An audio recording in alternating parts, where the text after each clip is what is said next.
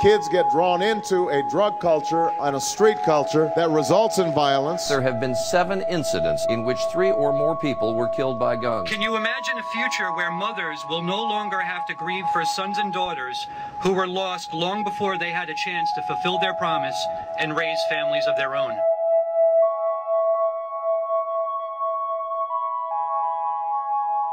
The story of Weusi Olusola's heart is pretty impressive. It actually moved.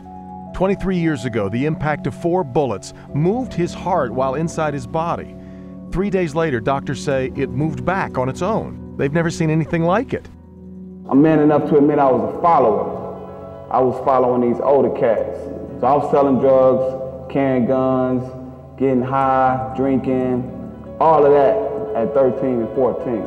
Weusi's given name is Willie Brown Jr., and while he was following the drug-selling 18 and 19-year-olds in his neighborhood, his best friend was following him. One night he wound up getting shot and killed, and I guess you could say that was my first reality check or wake-up call.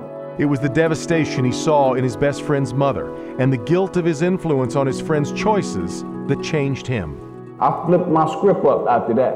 You know, I got my butt back in school. I started balling. I also was in the marching band, the concert band, the jazz band as well. And I'd even started working at a fast food place. 2 years later, while Weusi stood a block away from his father's house, 6 guys sprayed the corner with gunfire. That year, 365 children were victims of gun violence, and 43 of those children died. Weusi was one of those who survived. 4 bullets, 4 hours of surgery, 86,000 unstoppable seconds of knowing that he wouldn't walk again. You experience life on one level, you know, as an able-bodied person, and then all of a sudden, boom, you have this injury, you know, that happens to you, and then life starts again from a new perspective, you know, so having to learn to accept myself. He's told his story thousands of times. His telling has several facts and nuances that are often overlooked by those who recount his experience. He could easily accept the label of an innocent bystander, but doesn't. It's always touted about me that I'm an innocent bystander, and I was, and theoretically, an innocent bystander at the time. You know, when I got shot, I wasn't involved in anything illegal. I wasn't doing nothing wrong in no sort of way, so to speak. I was guilty by association. An 8-year-old girl was murdered by that same spray of bullets.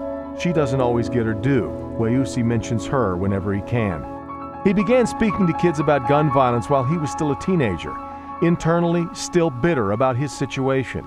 Yet as he told his story of the shooting, he began writing his story as a vanguard. Weusi found his mission in life: talk honestly about personal responsibility, speak loudly about the crisis in our hoods, and make sure he connects with as many young people as he can. Life is not about excuses, just choices. One of the things that's an old cliche, that a bullet don't have no name, that's real. It doesn't have a geographic boundary either. Doesn't have any prejudice about it. Be aware of what's happening around you. Don't just be walking through life with like blinders on, or only being able to just see through one light. It's easier to quantify shootings and deaths than it is to measure lives saved and dark roads averted. Through Pioneers of Peace, Weusi and his fellow pioneers are fighting for the preservation of our young people, our future. Our organization is comprised of 28 survivors of gun violence. And out of our 28 members, 27 of us use wheelchairs. All of our members, let me say this, as a result of the gunshot wounds, sustained a permanent disability from it. So out of our 28 members, 27 of us use wheelchairs. And we have one young lady who's blind as a result of a shotgun blast to the face.